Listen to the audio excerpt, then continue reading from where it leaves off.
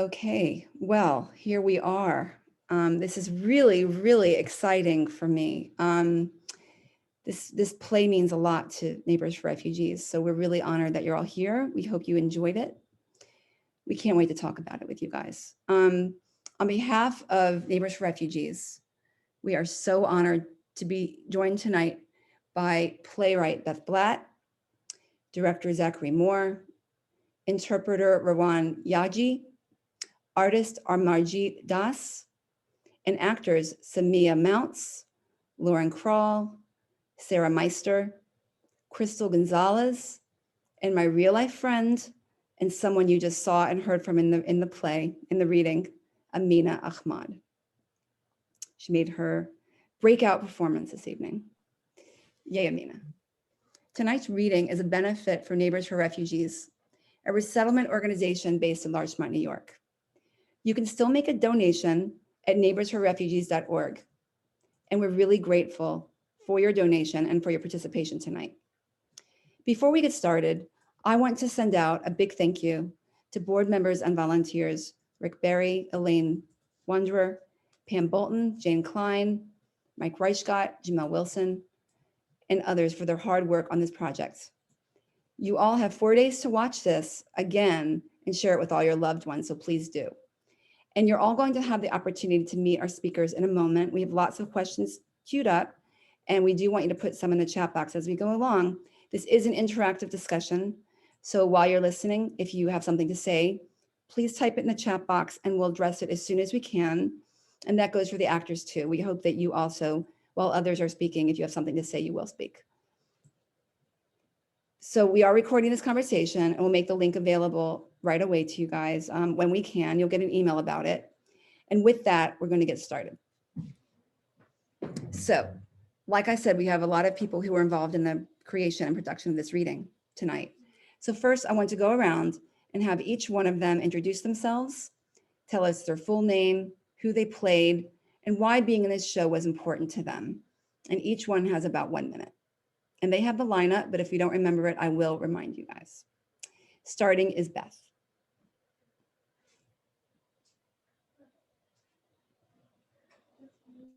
I am unmuted. I am Beth Blatt. I'm the writer/deviser. And so you understand the difference between the two. Devising is when you take something that's documentary, that's the actual words, and you craft them into a piece, or you develop a piece of theater together. So I think of myself having created this piece of theater together with the refugee women in their words exactly. So, but the audience members, I made those up. I made them from composites of different people that I'd read about online. So that is the part that is written. And I came to this piece because there's an organization called the League of Professional Theater Women. There was an international committee, which I joined. And they said they'd already started this, it was in progress. They'd sent out questionnaires to their international members and said, please interview refugee women and we'll put it together into a collage or something like that. And when I heard about that, I'm like, ooh, I think I want to do something with that. So I'm like, have them send me the questionnaires. And then I sort of hijacked the piece. But I worked with them for a couple of years. They were wonderful. And it's been evolving ever since. And will continue to evolve onto a stage at some point soon, I hope. I am Zack Moore, and I'm the director of the piece. I apologize for my weird lights in my house, but so I came to this piece almost 2 years ago now, a year and a half ago, when I was approached by Holly, and I got to work on it on an earlier version, and then I was really happy to work on it with this version.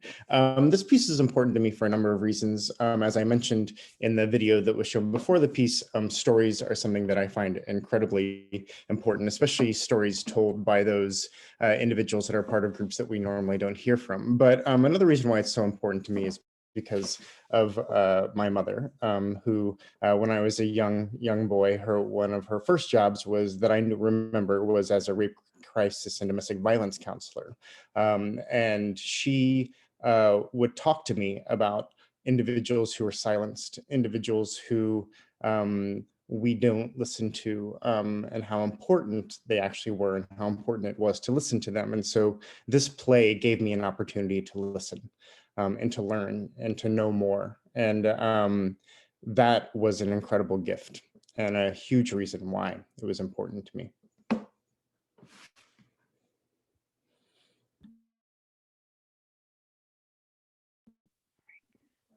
Good evening, everyone. My name is Amarjit Das. I wasn't in the play, but I drew the art that went along with the play that was, visually seen in the social media and in the program.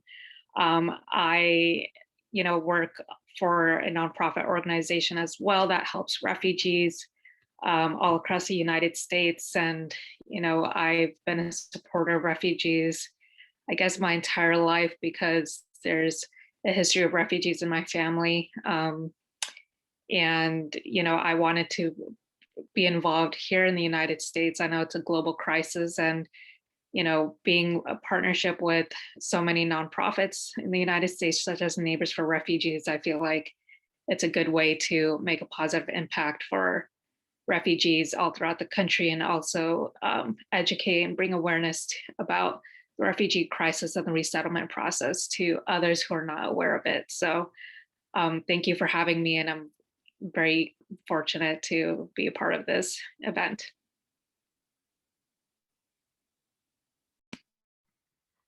Hi, everybody. I am Samia Mounts. I played Cassie. I got brought into this because I was on a list of Middle Eastern actors in New York City that got called for everything that required a Middle Eastern actor. And I got really lucky and ended up playing Cassie, because culturally I'm not that Middle Eastern. I grew up in Asia. Anyway, the reason I keep coming back and doing this piece over and over every time they ask me, and I'm so glad that they want me back, is, I grew up in a family that moved and traveled internationally and lived all over the world. My mother was a first-generation immigrant, and came to the U.S. from Jordan when she was like 7 or 8 years old, and fought her own family to be able to get an education and have a job and have an independent life as a woman, and really instilled in me that the freedoms that America can give you can really change your life, can be the difference between a life of oppression and a life of freedom. And that freedom of America, I think, shines more brightly than the myopia of many of the people in our population. And stories like this, plays like this, that tell these stories, I hope, have the effect that they had on the character Mark. And to be able to give my talents and my energy to something that has the potential to change people's minds and hearts in a way that I feel is compassionate and respectful of viewpoints that I actually find abhorrent, that these people could actually hear. That's a really, really big deal. So I'm so honored to be here. Thank you, Beth. Hi, everyone. My name is Lauren, and I played Kay from Kazakhstan. And there's not really a full way I can encapsulate why this show is so important, just generally, but to me as well. It came at a really wonderful time, honestly, because I actually took a course last semester, and I'm currently at an undergraduate student university that was about experiences of conflict and covering fictional and real life coverage of people living in these very traumatic, life transforming experiences.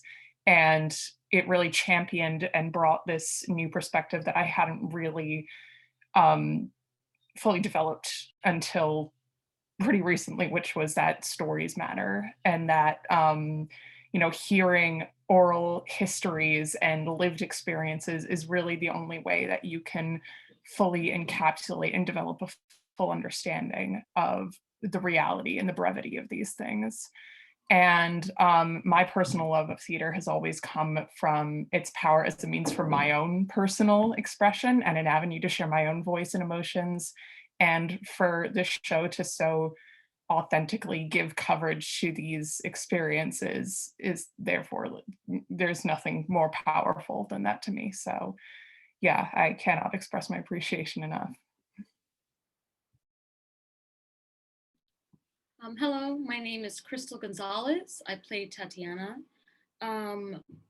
When I heard about this project, I was immediately on board and so excited because I just feel that, you know, day after day, the rhetoric I hear with regards to refugees and immigrants and asylum seekers, the rhetoric is always so dehumanizing. It's fear and cost and, oh, the paperwork and just using these harmful words like, you know, invasion and all the rhetoric that just doesn't really match what's actually happening, and it's humans. And these idea that humanizing these people by sharing their stories and making you see that these aren't just numbers, they are people that are going through true things that you can find a connection to. Even though they're from all across the world, you can find a common ground, whether it's how they feel about their children or how they feel about safety. And so, you know, bringing that to light and really humanizing these people, because at the end of the day, that's what they are, is something that this play definitely does. And I was 100% on board and happy to be a part of it.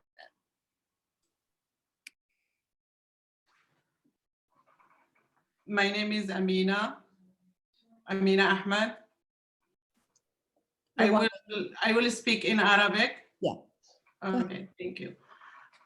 أنا اسمي أمينة أحمد. أنا بلعب نفس الدور شخصيتي أنا.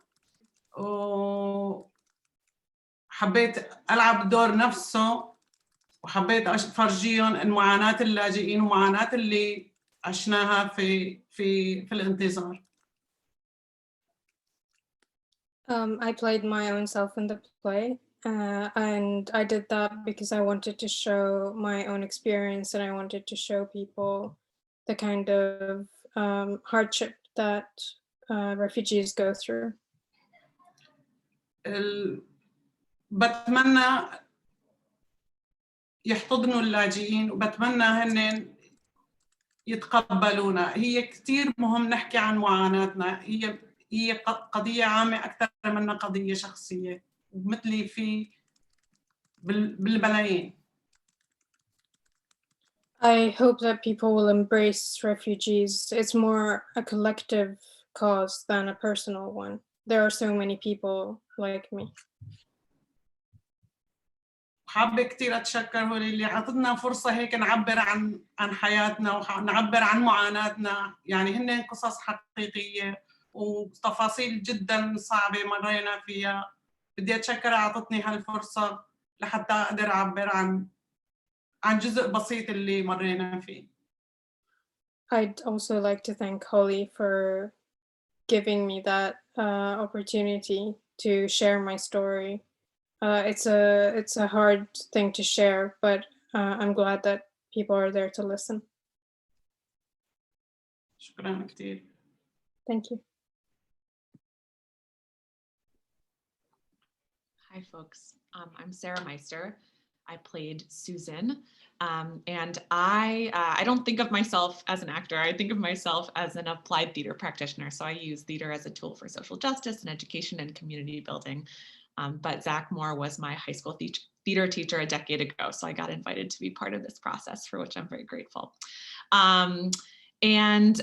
This play is important to me. Beginning this play has been important to me for a few reasons. I've been thinking about my own personal and family history, my great and great grandparents who fled injustice in Eastern Europe over a century ago.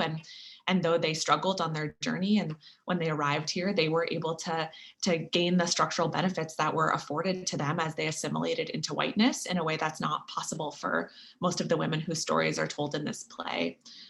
And also, I'm an educator and have worked with lots of young people and adults who are refugees, including lots of Karen folks like Mupa, the character we met in the play. So I've been holding those folks with me throughout this process. Thank you so much, Sarah. In addition to the committee that helped put this on, I just want to mention a few other people that are really, really important before we go on. I want to acknowledge Frank Pearson, who's here tonight, our fearless leader of Neighbors for Refugees. He championed this show 2 times, and we're so grateful for him and for his work that he does. I also want to acknowledge Dina Schumacher from LMC Media, who put that great wraparound video together around the reading, Sam Landbeck, the editor, and Hannah from Tannabelle. I hope that many of you are able to indulge in her beautiful food this evening. I want to move on to a question for Amarjit, our fabulous artist. Amarjit, you created a powerful image based on refugee women, which I'm going to pull up in a second while you're talking. It was so fitting in honor of International Women's Day and of our play that you hadn't even read or seen. You read my brief description in the design contest that you entered, and you captured it just so beautifully, and you won, of course. We'd like to know what inspired you to create this piece of art. Sure. So as I recall, I think the art contest was something like submit a drawing that shows refugee woman. And right away, I just doodled this drawing. I'm not an artist whatsoever. But I thank you for the opportunity for allowing me to be an artist at this moment. So in a silhouette, and this woman is a queen. And I think of refugee and refugee women as warriors, not as vulnerable people, or as Crystal mentioned, like people tend to dehumanize refugees. They're warriors, they're queens, they're kings. You know, refugees enter new chapters in their lives where they're going through a lot of changes, and they constantly have to adapt to changes in their environment.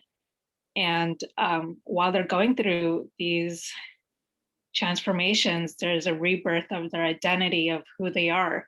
You know, they're never going to go back to their old lives, the lives that they knew, that lives that they grew up, where they got to spend time with their family, friends, and socialize and do the things that they want to do. So there's constant rebirth happening. And I think refugees, what keeps them moving forward is the spirits of their ancestors guiding them on their journeys to give them hope and strength to keep moving forward. And, you know, as we saw in the show, there's been moments of where the characters on the show would smile several times. And when I meet with these refugee people, because I work for a nonprofit called Mary's List, where we help refugees, and anytime I meet refugees in the cities that I'm in, they always have this radiant beauty in them. And this radiance comes from, I think, the spirits that they have within themselves. Yes, you'll see them smiling, and they have the biggest smiles, they have the biggest laugh.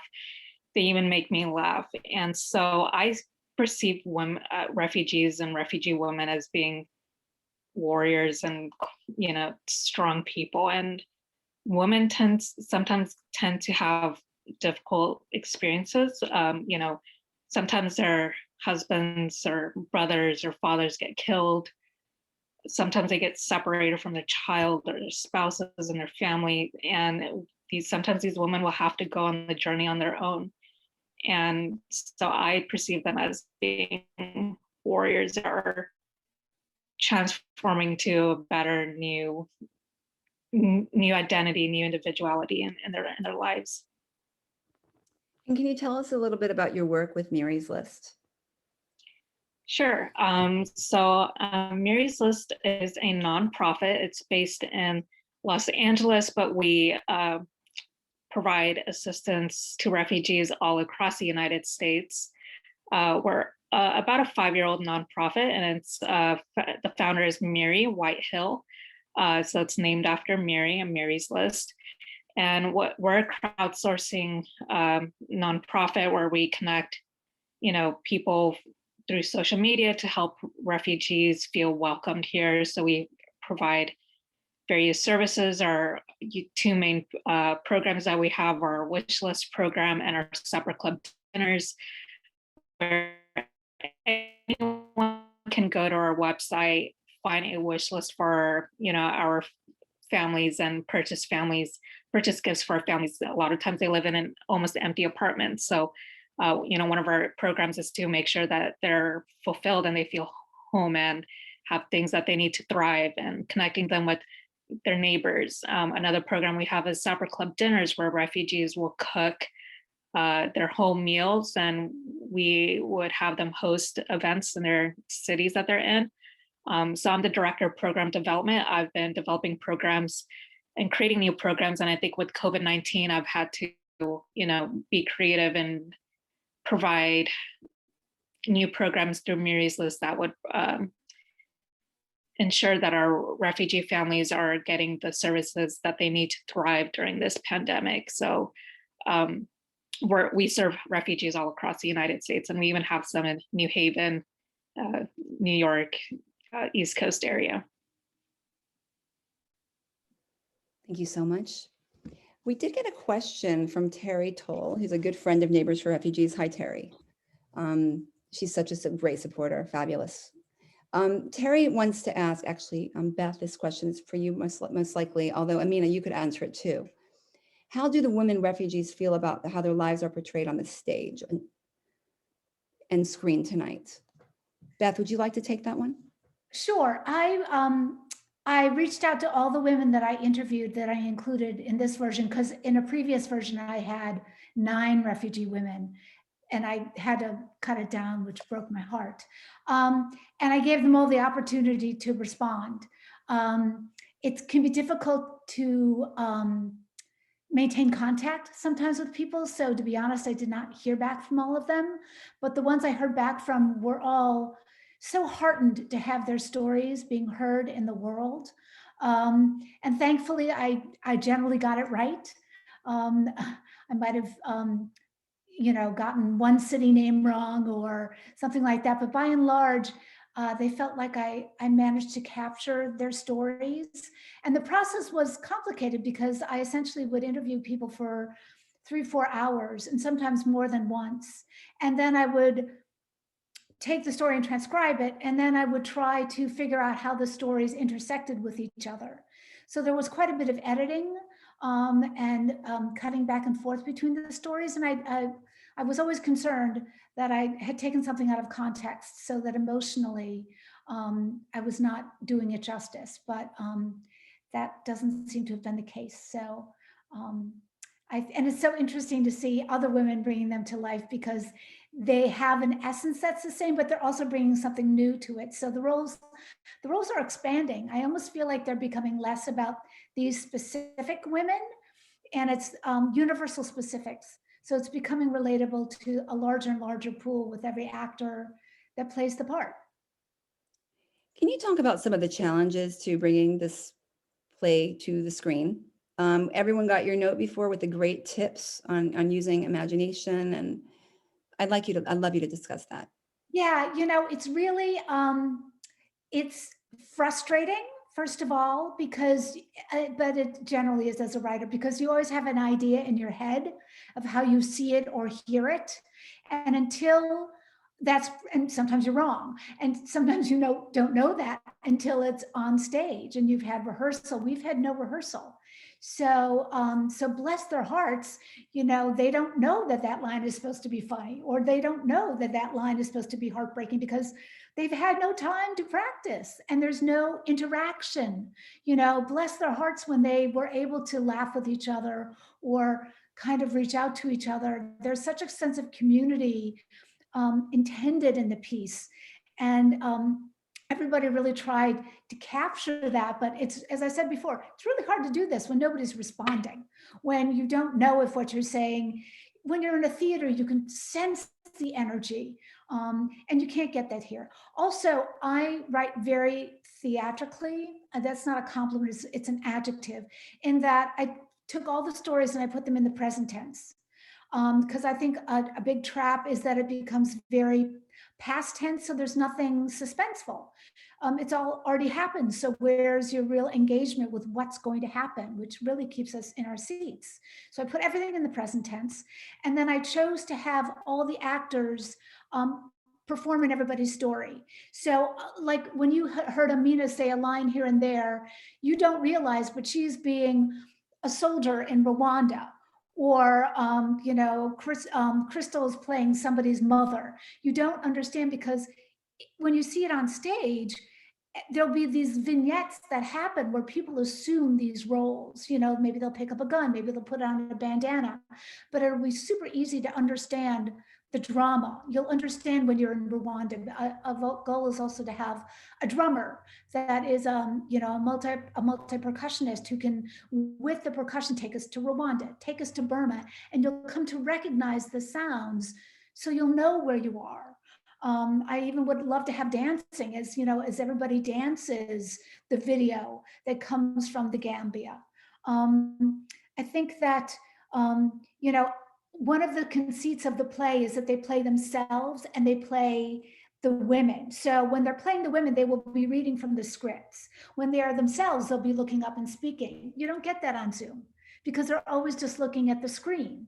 So it's like holding on for dear life to do what the audience just did, to stay with it and go, okay, I don't understand this. I trust that it will be understood at some point.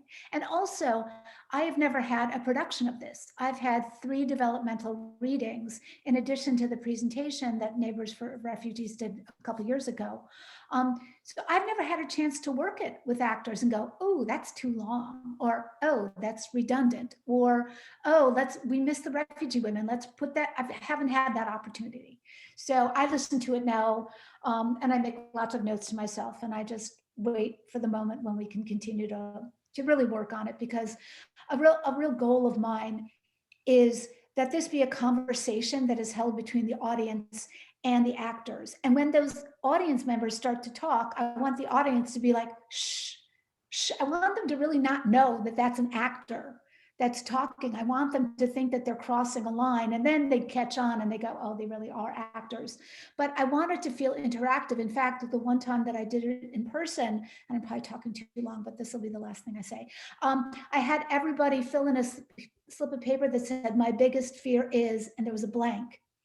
And they put it in a box, and then we handed those out. People drew those out of the box, and we read a handful of them, maybe 10 of them, what people's fears are, because that's what this is all about. My biggest fear is, and you know, it was incredible, the range of fears that people expressed, from what you would go, is that really a fear, to like, oh my God, that's a fear. And it just, I want people of all different points of view to feel heard in the room. I want them to go, when Mark says something like, I want the money to go to my kids. I want people in the audience to go, yeah, I kind of agree with that, so that we can start to break down this partisanship, and we can start to go, you know what, I'm liberal, but I get what she's saying. That's my goal, is for it to really change minds in the room, as opposed to just telling stories and making us feel bad and donate money. And can you briefly talk about how you felt watching Amina play herself, reading the words she spoke to you only a few years ago? And I do know that you have had other women perform themselves in the play before, correct? No. Oh, this is the first time? She's the first one. Ah, she's the first one. No, the very first iteration, there was, I had a woman from Bosnia, Janita, and she played herself, but I had to cut Janita. Well, how did it go tonight with Amina? Terrified.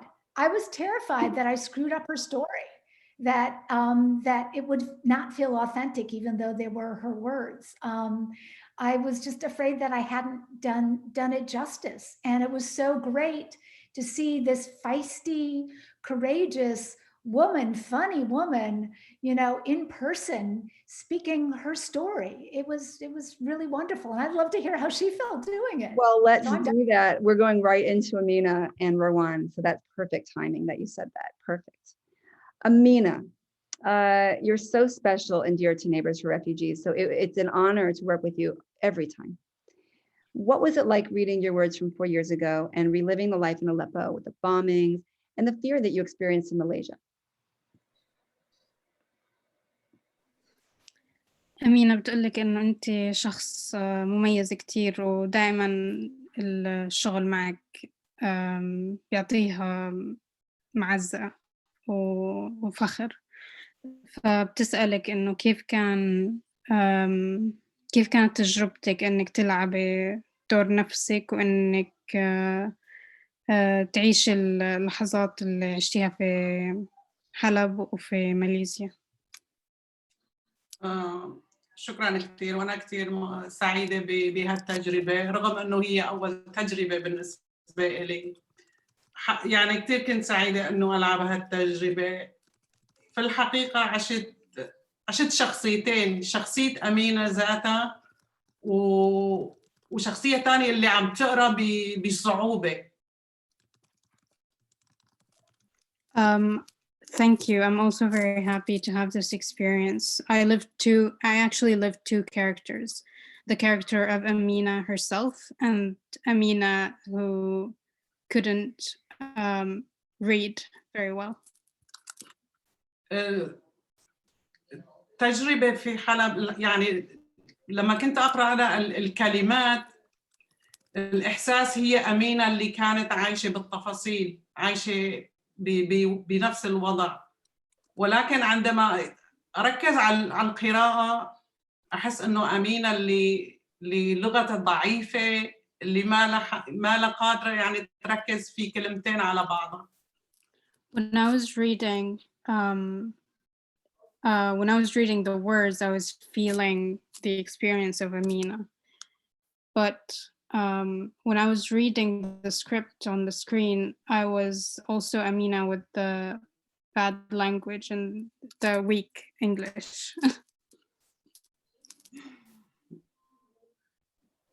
Amina, first of all, we think your English is fabulous, but you know that. I think that we'll talk. Amina, how do you find life in America? كيف شايفة الحياة في أمريكا؟ حياة جميلة جدا في أمان، يعني حياتنا انقلبت 180 درجة وأنا جدا سعيدة. أنا جدا ممتنة لهالبلد اللي فتحت لي بابا وأعطتنا فرصة لنعيش وأعطت فرصة لمستقبل أولادي. It's a good life. My life has turned 180 degrees. I'm grateful to this country, which has opened its doors for me and which has given my children a chance for a future. وكمان حابة يعني أتذكر شغلة، الدور الجمعيات في هذا البلد دور رائع جدا. حابة أذكر 3 جمعيات اللي أولاً هايس، كولومي، Neighbors for Refugee and Hearts and Home. هدول كانوا عائلتنا، وهدول هن اللي وقفوا جنبنا، وهدول اللي أعطونا دفعة لأمام، هدول اللي خلونا نفكر بالمستقبل ونخلي نشوف مستقبل أولادنا والسعادة والنجاح في هذا البلد. The role of charities in this country is outstanding. And I'm going to mention a few only here. HACE and Call on Me and Neighbors of Refugees, which have given me and my family tremendous help and have created a lot of space for us to exist in the community. Thank you. Amina, we're so grateful for you. Thank you so much. Thank you. Thank you. Thank you so much. I want to take one question from the box before we go on. Oh, Beth, how did you do that? That's incredible. She just put a heart in her box for you, Amina. I love that. I'm going to do that now. Bottom right. Bottom right, okay. Barbara Lenchek has a question, I think, for Zach. Beth, you can speak to this too. Let's start with Zach first. Why not have someone pick up a gun? There could have been some props or costume pieces. That's a great question. So because of the nature of Zoom, we and people being in all different places. Lauren, for instance, is in Canada. Samia is in Colorado. Things like that. There's not a way to distribute props to individuals, and so people have to work with what they have in their house and the clothes that they have in their house. And they were very subtle, but there were some costume piece changes here and there as they went through the piece to provide with that. But because we don't have everybody together and we're not doing like a real show, I couldn't get prop guns to hand to people and, and things like that. But in a stage show, absolutely, yeah. So, I mean, continuing this conversation a little bit, Zach, you only had 3 rehearsals with the group of actors, which were all like really let's go tight, let's do it in 2 hours experiences. And what was the experience like for you directing a cast of actors on Zoom?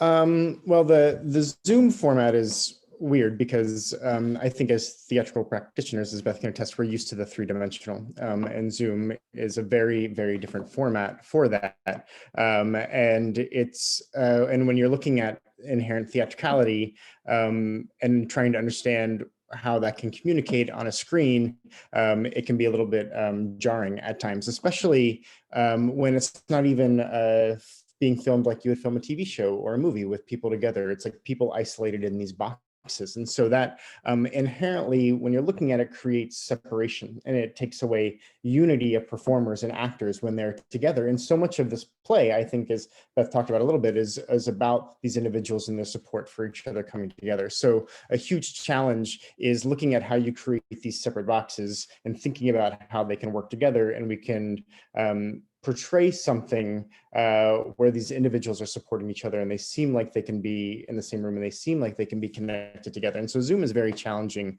in that way. I think the bigger challenge is 2 2-hour rehearsals and then 1 2-hour filming session, which is a tiny amount of time, but luckily you have people that you just trust, and you have to believe that the performers are going to do their jobs and do their homework and bring so much to the piece. And that's what they did in this, because there's no other way to do it at that point.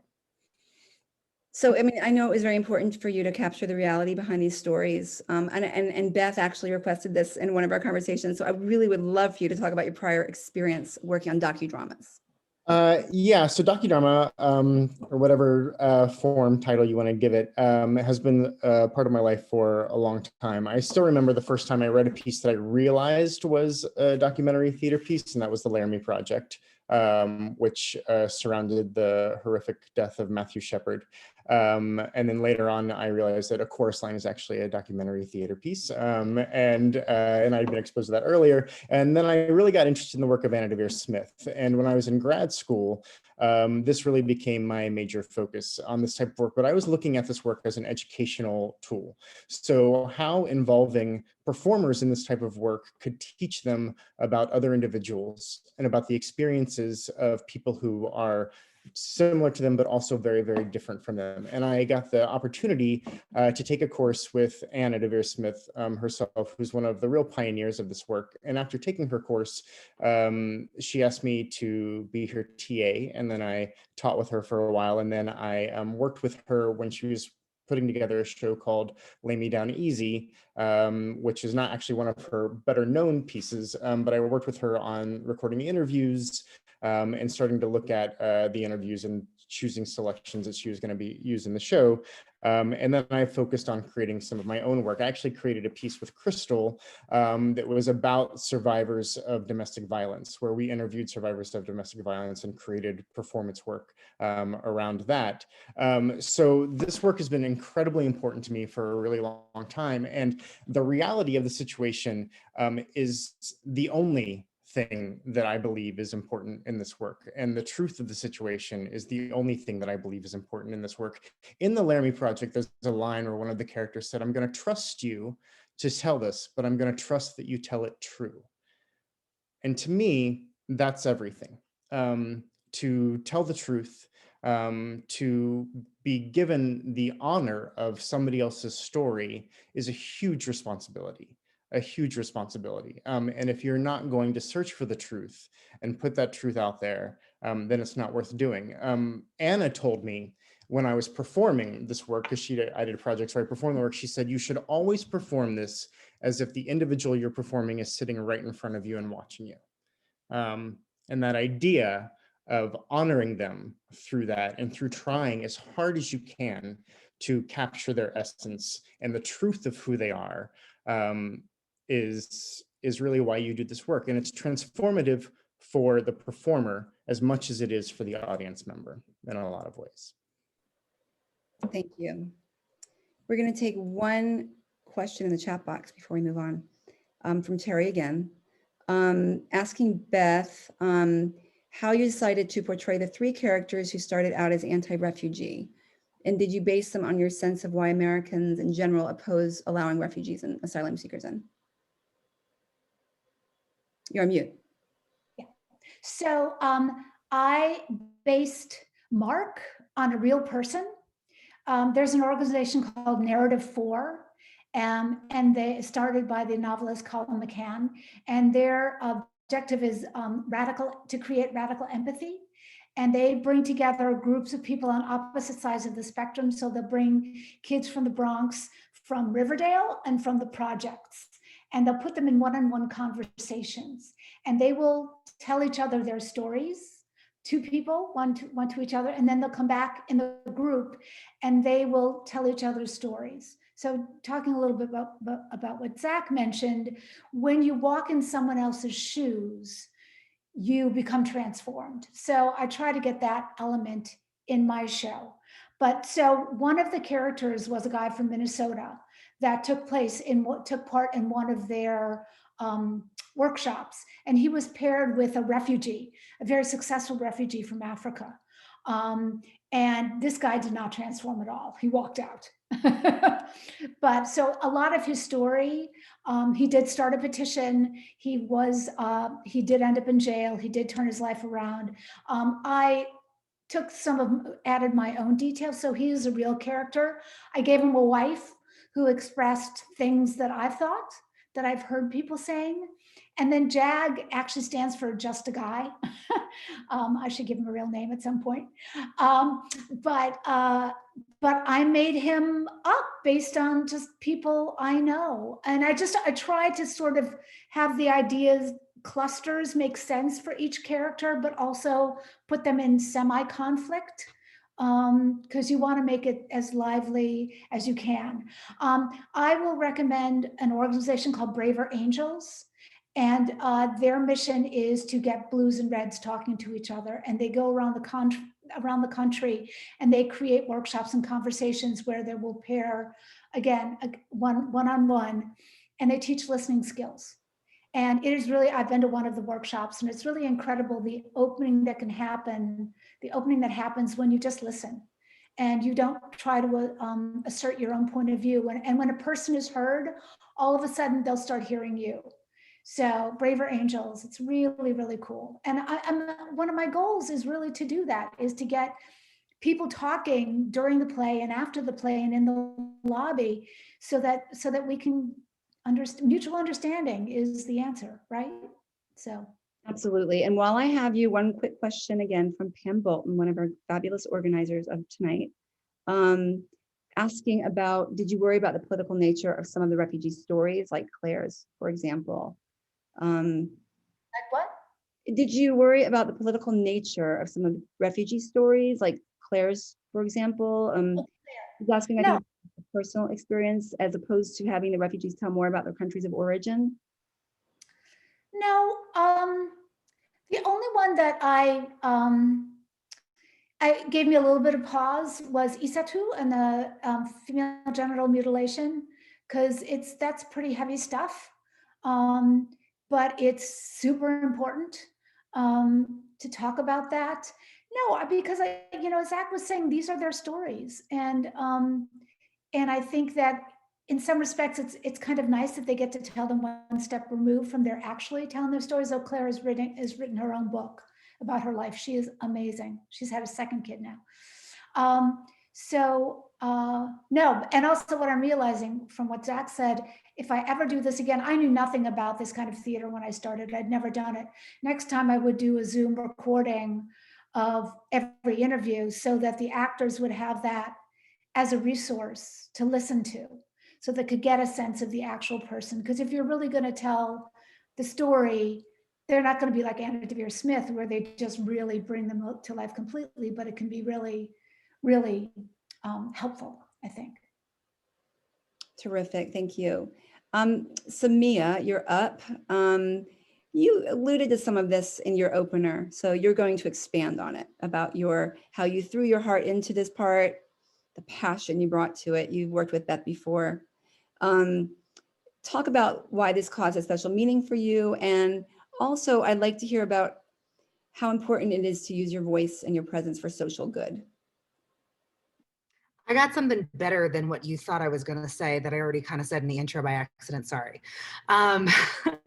The thing, so much of what has been said so far has segued so beautifully into what I'm going to say now.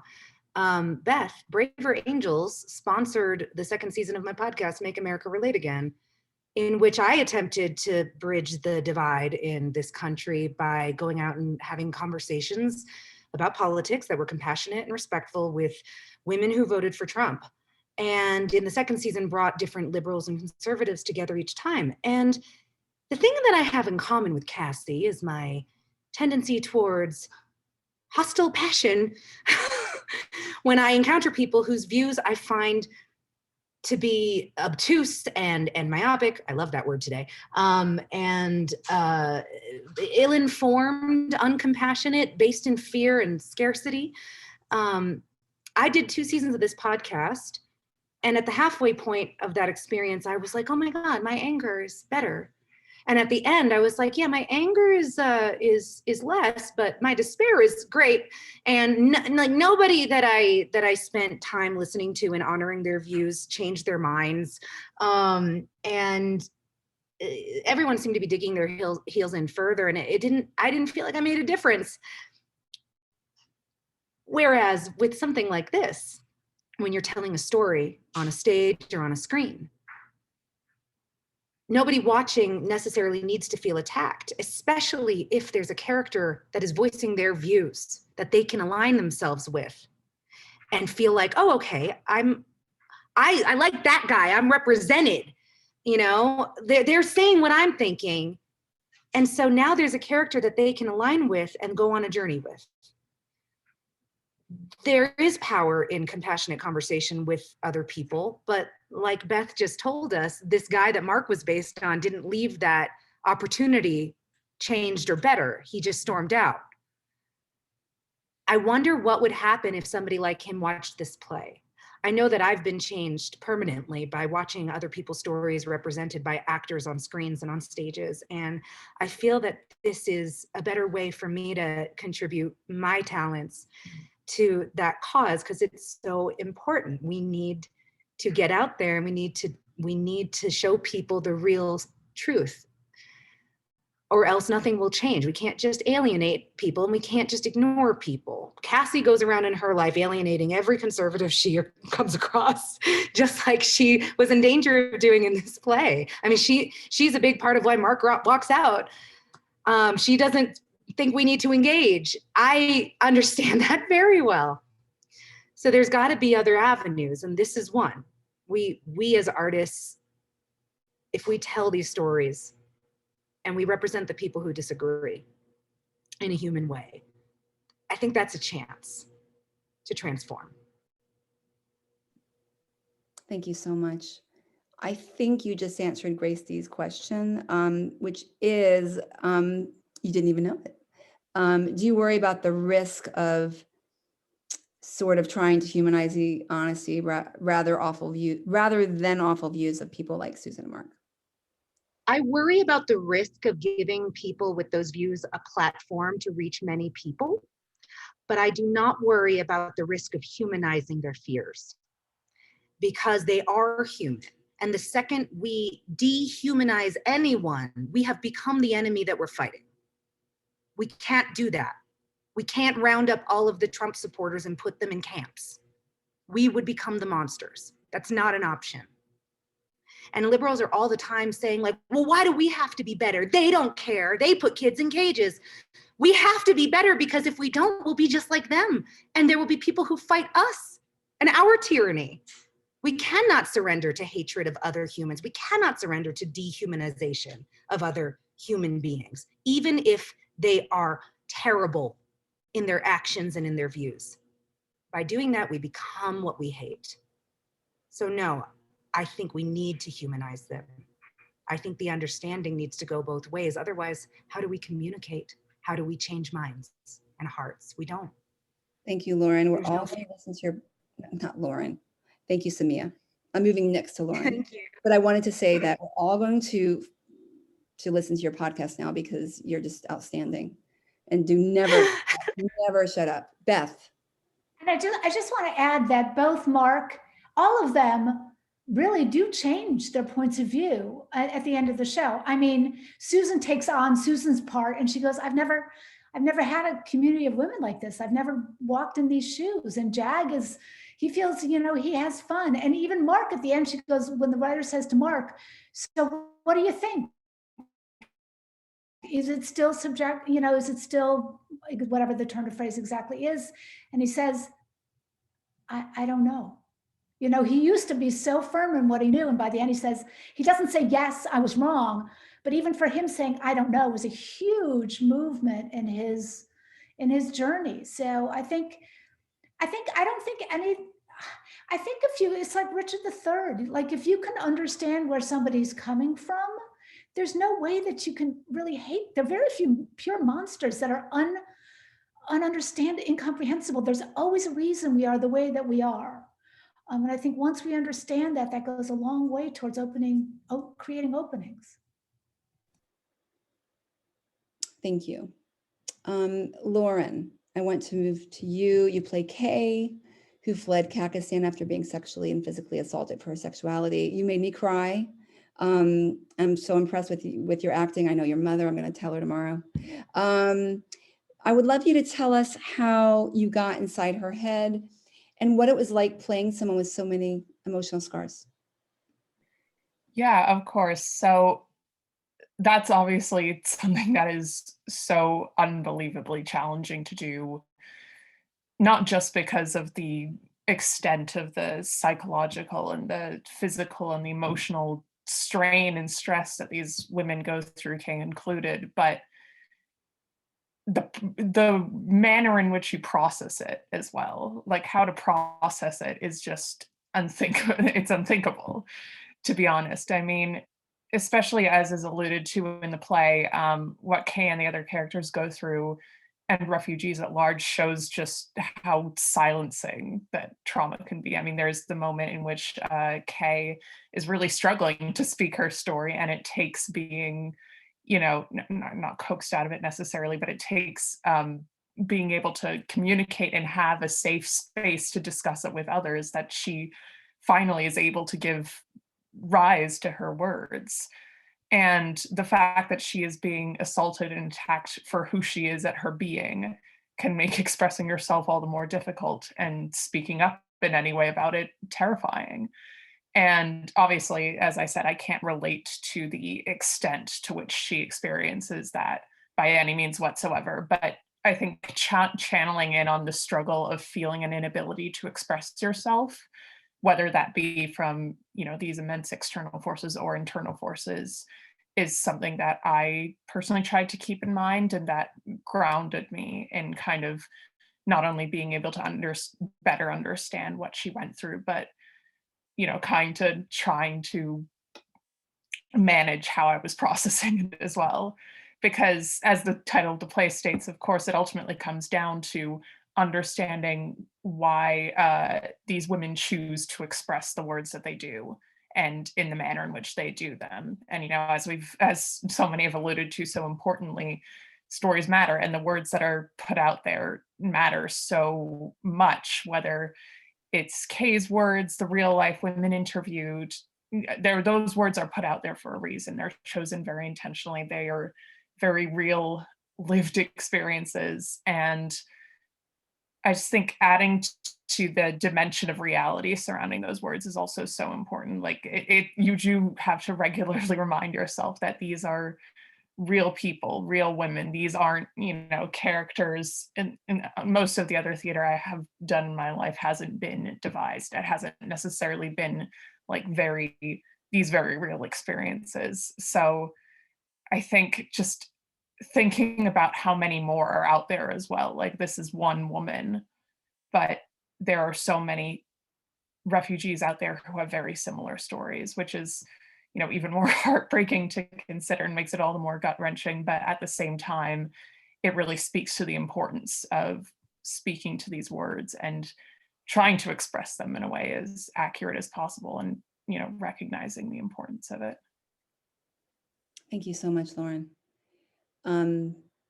Sarah, Moving to you, you play Susan, an audience member who fears refugees but seems to connect with the women's stories. A few questions. First, how did it feel to play her? Do you know many people like her? And where do you think that kind of fear stems from? Yeah, echoing so much of what Samia said earlier, I think we've already sort of had a really beautiful discussion about Susan and Mark and the role they play in the piece. And I want to add to that I think it's dangerous to think of Susan and Mark as separate from us. I think all white folks especially have got a little bit of Susan in us, myself included, whether we're openly embracing hateful rhetoric or whether we choose sort of not to see or listen to marginalized folks in our communities and everything in between. Samia mentioned this idea of scarcity before, which I think is so important. And the systems and the structures that this country is built on, capitalism, white supremacy, they trick us into believing in this myth of scarcity, that there's only so many pieces of the pie, only so much wealth, so much space, so much safety to go around, and that in order to survive and be safe, we have to hoard resources, and that's not true. And when the decks are stacked in your favor, equity can feel like something's being taken away from you, but it's not. And we, especially white folks, have got to unlearn that scarcity myth, just like we've got a lot of other unlearning to do in our culture. And I think Susan is just at the very beginning of that journey when this play ends. And just because I'm maybe a little farther along in that journey doesn't mean I get to demonize Susan for where she is. And so I've certainly, I, like Samia, do community-based theater work in rural conservative spaces. Beth, I've done a lot of work out in rural Minnesota. Maybe I've met a guy like Mark in the American Legion in a bar in a 400-person town in Minnesota. And I've sat down and had a beer with that guy. And there's a lot that doesn't get solved by that conversation and and I also think there's a leverage and a positionality issue here, that as a white person, it's my responsibility to sit down and have that conversation with him. And I'm so grateful that these stories are being uplifted, and no marginalized person, no refugee owes us their story, or owes us teaching us why they deserve to be humanized. And so I'm thinking at the end of this play about what Susan's job is as she walks away, what my job is as I walk away. And I think the end of this play for those 3 audience members is really just the beginning. Thank you. You've all got such thoughtful answers. I really appreciate it. Crystal, you're our last of our questions for tonight. You played Tatiana from the Honduras, as you say it very excellently. I can't roll my R, but you will for us in a moment. I love the way you say it. She left Honduras to flee from a lot of danger, posed by the father of a child. And her life is constant torture. And she's a definition of resilient. I think all 6 of these women define resilient. Talk about playing her and how it felt for you personally to see her make it in America when she got here. What stood out to me while I was, looking at how she remembers every step and took pictures and just breaks down all these little pieces of the journey and just shows how brave she was the whole time. I was there with her the whole time, and I was hoping for her success the whole time. And I just was so in awe of how much she had to go through and how brave it was to be able to, get to this, this place where she can be safe. And, someone who risks their life like that, to me, deserves so much more than, these descriptors that they get once they arrive here. The way that she said, like, I'm a criminal, even though she's in no way a criminal. What she's doing is completely legal, but because of, the way that there, any kind of refugee or immigrant or asylee is spoken about with these terms that are so I said it earlier, like dehumanizing. It's immediately, they must be a criminal because coming here is illegal. Illegal means you're a criminal. Criminal means you're dangerous. Dangerous means you should get kicked out immediately. But when you look at what she actually went through, it's this brave journey that should be, honored and celebrated. And my heart breaks that she had to go through that. I'm so happy that she's safer now. And I was just in awe of her, and I could see the way that everything about it is still in her mind. Every detail, every step just shows how much this affects someone, and how once they get here, they should be helped immediately. Because when you see someone who is drowning, you don't want to think too hard about what you're supposed to do. What you're supposed to do is very clear. You help them. It shouldn't be about anything else. It shouldn't be about paperwork or anything. She should have just been immediately helped. And I'm happy that she's one of those people she's one of the lucky ones. Like, she was able to be helped. And I always remember when I was, playing her, is that we know for a fact that there's so many that still are waiting.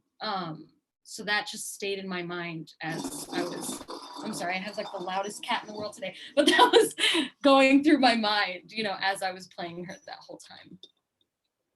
Thank you, Crystal. It was beautiful.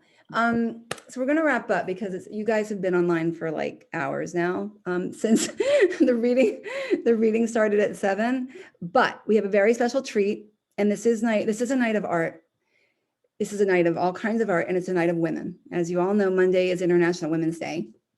And Beth, our fearless playwright, came to me with this wonderful, wonderful song that I have to share with you all. So we're going to close out with it. She conceived and co-wrote the anthem for UN Women, and it's called One Woman. I urge you, after you watch it tonight, to go to YouTube. And there's a video where Beth talks about how the creation of the song. So you should watch that afterwards. But it was a finale when the organization launched on International Women's Day in 2013, UN Women, I mean. And the song is a rallying cry that inspires listeners to join the drive for women's rights and gender equality. We're going to play it and close out, like I said. But beforehand, I thank you all again for joining us tonight. I thank our wonderful artists, our wonderful speakers, and our wonderful, wonderful organization, our friends at Neighbors for Refugees, and everyone who organized this. They work so hard, so thanks to them. And over and out. I'm going to put it on, and when it's over, have a wonderful night and sleep well. Here we go. Thank you, Holly. Thank you so much, Beth. Thank you, everybody.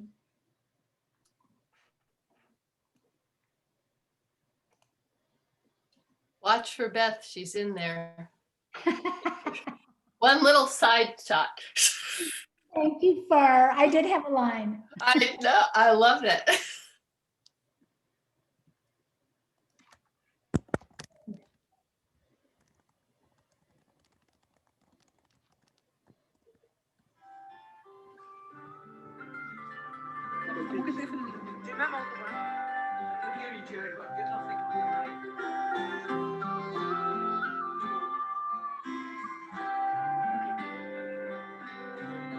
In Kigali, she wakes up, she looks at chores.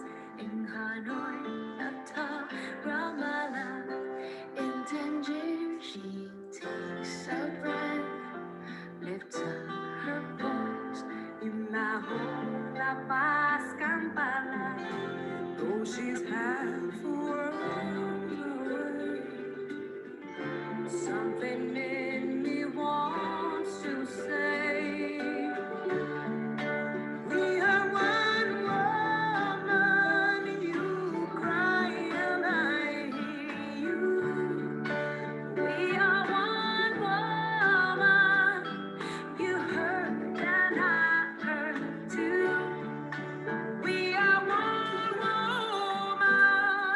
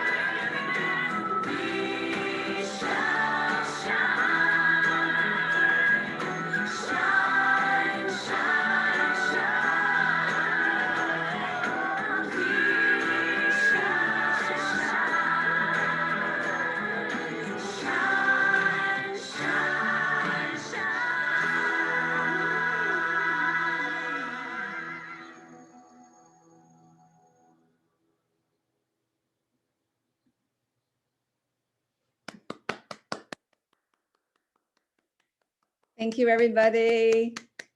Thank you, everybody. Thank you for being here, for all your thoughts and support. Onward, Onward. together. Shine. Go shine, everybody. Thank Shine. you. I heard about the creation of UN Women, and I said to Oh, myself, you don't have to play this. Okay, I'm gonna leave now.